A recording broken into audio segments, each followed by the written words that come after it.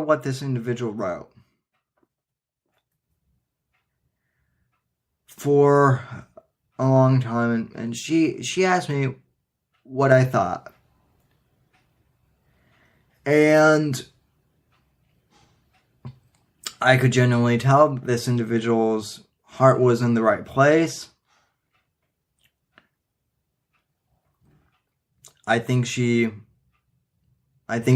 Well, it was a she. I'll just put it out there. I think this individual, made some valued points. I genuinely do.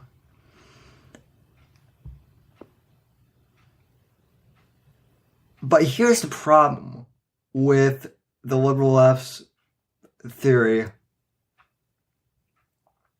about school shootings.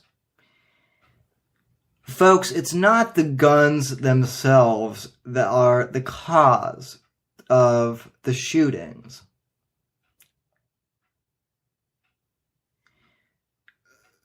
True, the shootings and the guns themselves are bad, but they're not the root cause of the problem, I don't think.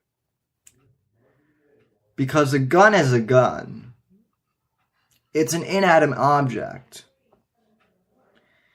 It doesn't do anything. It is the person using the gun to try and commit heinous acts that pulls the trigger. It is the person who is controlling the gun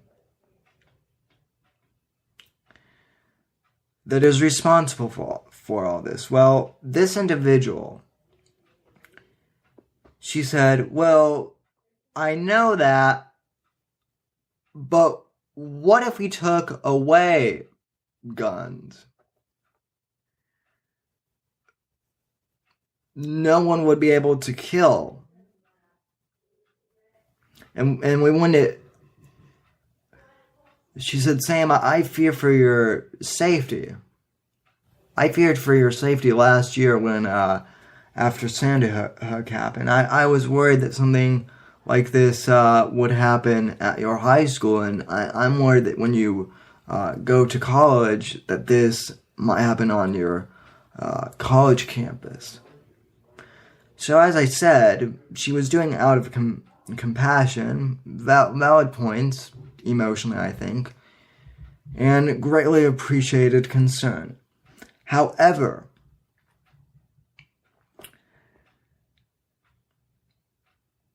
here's the crux of the matter.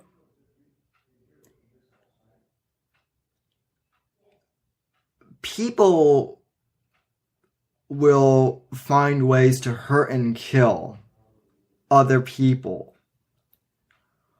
without the use of a gun. And so, here's the argument I brought up to her. And here's my scenario. And I'm going to write an article about this for Calgary Nation tonight. I've already got the article. I have a couple articles already written in Word. I just have to copy and paste them. Here's my thesis, though. Here's my theory.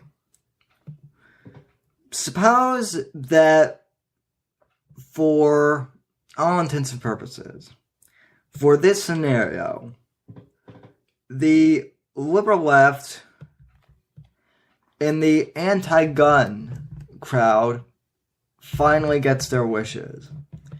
And suppose that firearms are banned outright. What happens next? Well, ladies and gentlemen, there is something called the black market. And the black market, for those of you on the liberal left who might not be thinking fully, again, no offense meant, I'm just being honest. The black market is where illegal goods are bought and sold. And people, and the bad guys, they will stock firearms to be sold on the black market.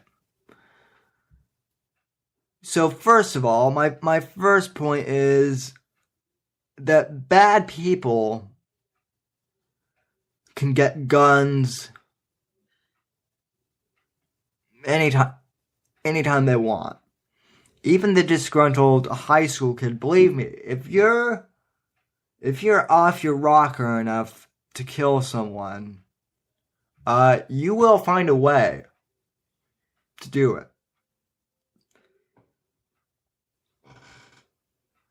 Second of all, though, suppose, for all intents and purposes, that there were no guns left. There is the sorry, frog in my throat.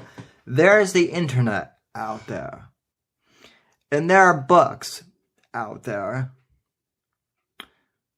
that teach people how to craft their own weapons.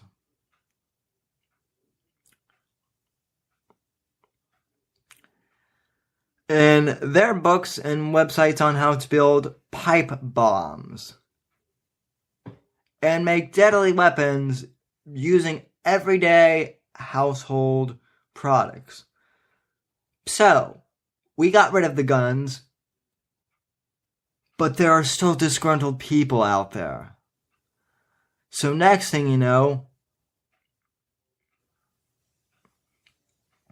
a disgruntled individual goes out and reads up on how to make deadly weapons.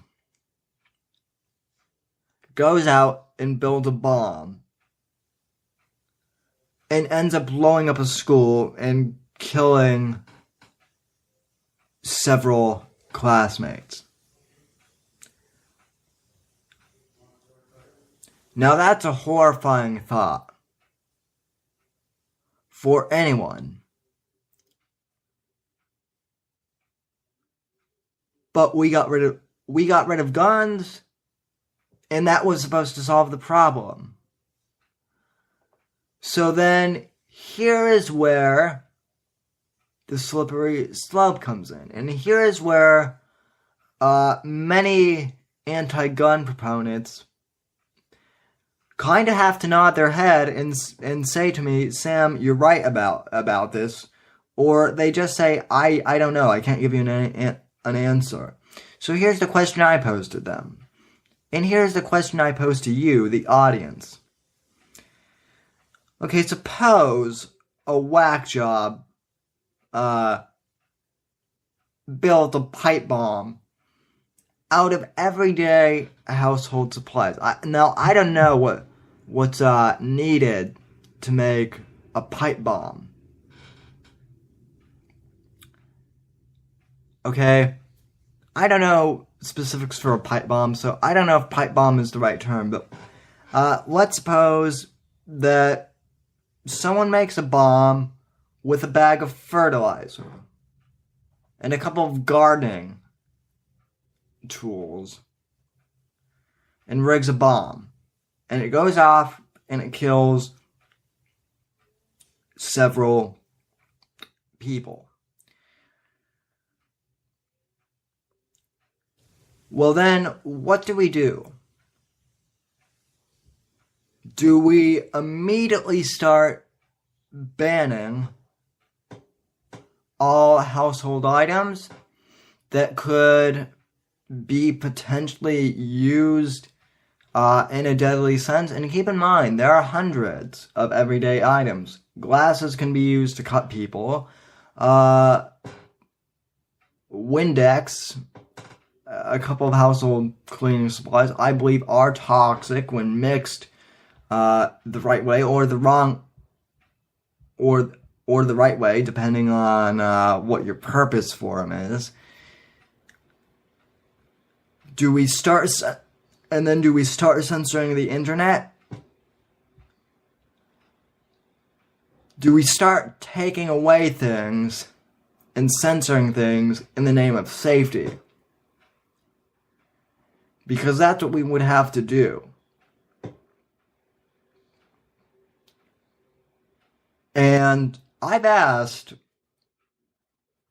my friends and my family who are anti-gun and all for banning them that scenario. And I have to tell you, a lot of them stop in their tracks. And this individual I was talking with the other night admitted to me, she said, "You bring up a good point, and unfortunately, I don't know the answer." And folks, let's be honest. I don't think, no matter what political ideology you belong to, I don't think either side has the perfect solution on how to stop gun violence. Okay? I don't have the perfect solution. Caden doesn't have the perfect solution. No one has the perfect solution. But when we start taking away firearms, and people start destroying each other with other things,